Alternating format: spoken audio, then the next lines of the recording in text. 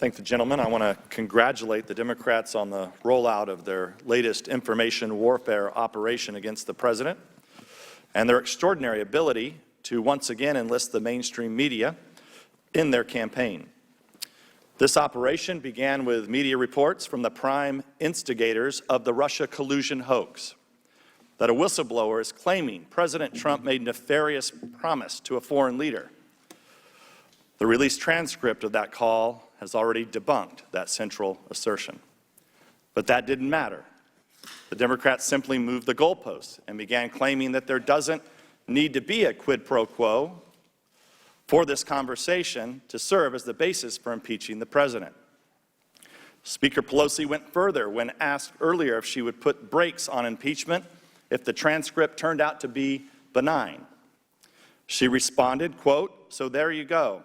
If the whistleblower operation doesn't work out, the Democrats and their media, we have candidates, quote, we have many candidates for impeachable offenses." That was her quote. So there you go.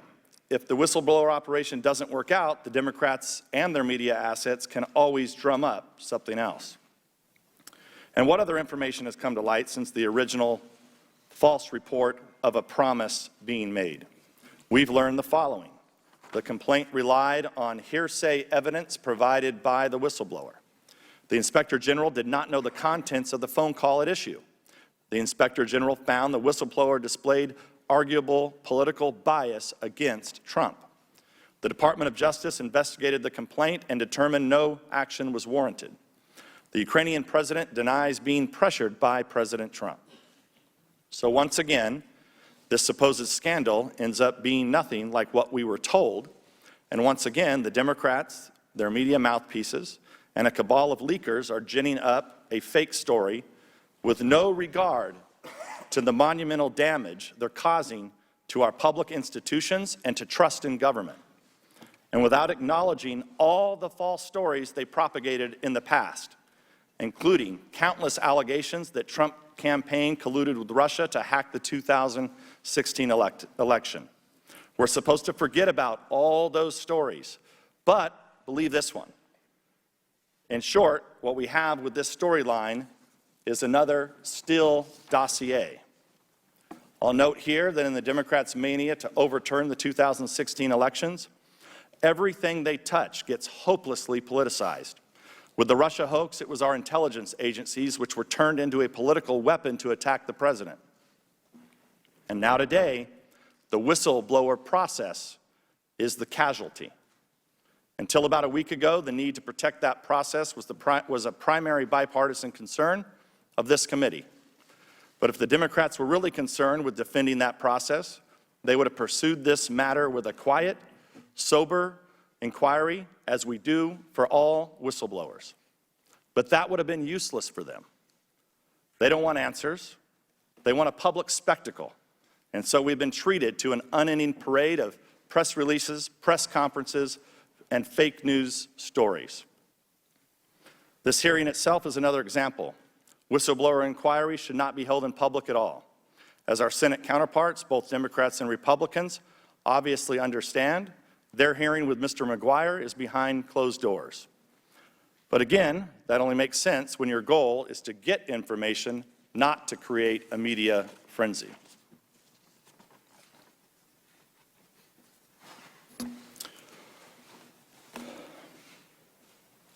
The current hysteria has something else in common with the Russia hoax. Back then, they accused the Trump campaign of colluding with Russians when the Democrats themselves were colluding with Russians and preparing the Steele dossier. Today, they accuse the president of pressuring Ukrainians to take actions that would help himself or hurt his political opponents. And yet there are numerous examples of Democrats doing the exact same thing.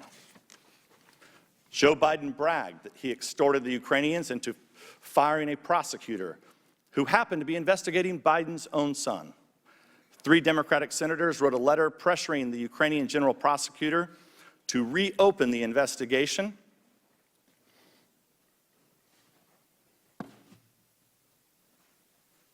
into former Trump campaign officials. Another Democratic senator went to Ukraine and pressured the Ukrainian president not to investigate corruption allegations involving Joe Biden's son. According to Ukrainian officials, the Democratic National Committee contractor Alexandra Chalupa tried to get Ukrainian officials to provide dirt on Trump associates and tried to get the former Ukrainian president to comment publicly on alleged ties to Russia.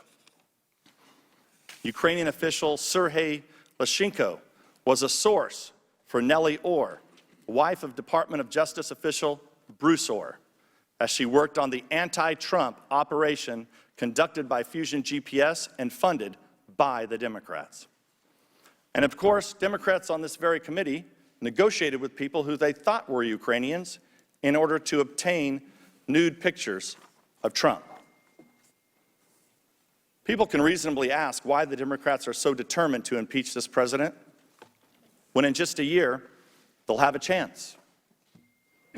In fact, one Democratic congressman, one of the first to call for Trump's impeachment, gave us the answer when he said, quote, "I'm concerned that if we don't impeach the president, he will get reelected," unquote. Winning elections is hard, and when you compete, you have no guarantee you'll win.